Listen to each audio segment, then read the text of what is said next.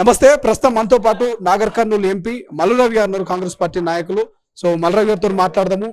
Sir, ఎట్లా ఎట్లా చూడబోతా ఉన్నారు? రేపు ఏపీకి సంబంధించి చంద్రబాబు నాయుడు ప్రమాణ స్వీకారం జరగబోతా ఉన్నది. ఏమైనా ఆహ్వానం అందిందా మీకు? మాకు ఎలాంటి ఆహ్వానం అందలేదు. ఇప్పటి వరకు నాకు తెలిసినంత వరకు ప్రభుత్వానికి కూడా ఆహ్వానం అందిందని నాకెవరు తెలియజేయలేదు, నాకు కూడా తెలియదు.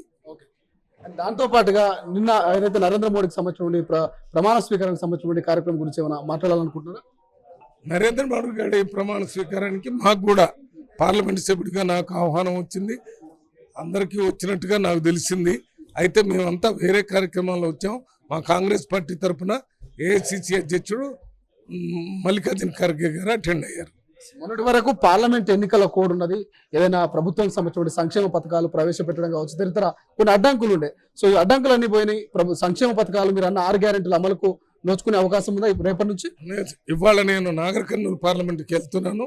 అక్కడ పోయినప్పుడు 200 యూనిట్లు కరెంటు ఫ్రీగా అమలవుతుందా లేదా, అమలు కాకపోతే వెంటనే అమలు చేయాలని అధికారులతో మాట్లాడి అమలు చేసేటట్టు చూస్తాం. ఎందుకంటే మా దగ్గర కోడ్ వల్ల అమలు కాలేదు. అదే రకంగా 500 రూపాయలకి గ్యాస్ సిలిండర్ ఇచ్చేది కూడా మా దగ్గర కోడ్ ఉండటం వల్ల అమలు కాలేదు. ఇప్పటి నుంచే అమలు కావాలి, కోడ్ వెళ్ళిపోయింది కాబట్టి చేయాలని అధికారులతో మాట్లాడి సివిల్ సప్లైస్ కమిషనర్తో కూడా మాట్లాడతాను. దీనికి సంబంధించి సిపిడిసిఎల్ సిఎండితో కూడా మాట్లాడతాను కరెంటు గురించి.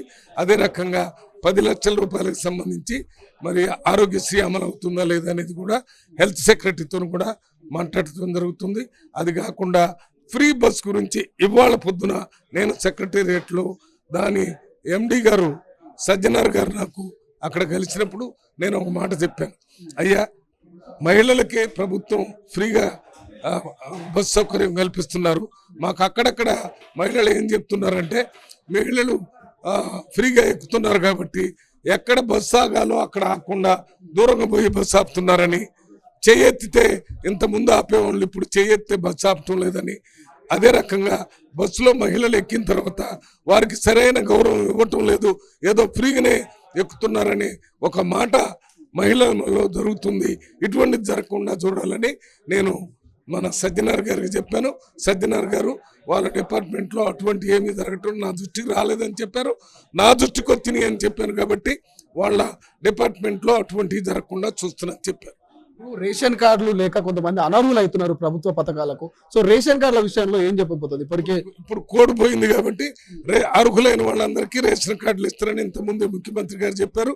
మేము కూడా అక్కడ ఉన్నటువంటి అధికారులు, జిల్లా అధికారులతో మాట్లాడి అందరికి వచ్చే విధంగా పనిచేస్తాం. రుణమాఫీ 15 ఆగస్టు అనేది టార్గెట్ గా పెట్టుకున్నారు. అవుతుందా? సాధ్యమవుతుందా 15 ఆగస్టు లోపల రుణమాఫీ?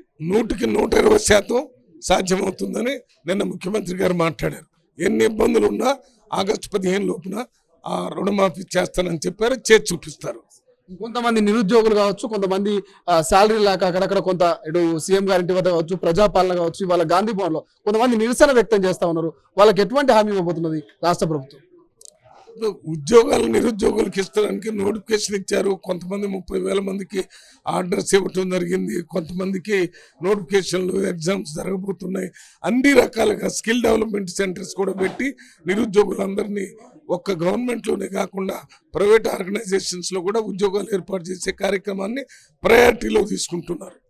సింగిల్ టీచర్ స్కూళ్ళు ఓపెన్ కాబోతున్నాయి అంటున్నారు. గత ప్రభుత్వం కొన్ని ప్రభుత్వ స్కూల్ని మూసేసింది, ఈ ప్రభుత్వం రీఓపెన్ చేయబోతున్నది. సో సక్సెస్ అయితే అంటారా?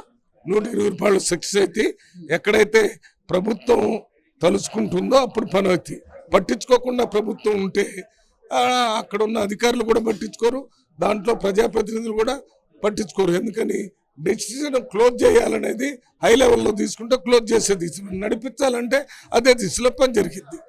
సో ప్రధాన ప్రతిపక్ష పార్టీగా ఢిల్లీలో అటు కాంగ్రెస్ ఉన్నది, రాహుల్ గాంధీ గారు ఉన్నారు. సో ఈసారి మల్లురవి గారు నాగర్ కర్నూలుకు ఎటువంటి అభివృద్ధి కార్యక్రమాలు, అభివృద్ధి సంక్షేమ పథకాలు తీసుకురాబోతున్నారు? ముఖ్యంగా నాగర్ కర్నూలులో అన్ఎంప్లాయ్మెంట్ ఉంది కాబట్టి కొంత ఎంప్లాయ్మెంట్ గవర్నమెంట్ ద్వారా, అదే రకంగా ప్రైవేట్ వ్యవస్థ ద్వారా చేయడానికి ప్రయత్నం చేస్తాం.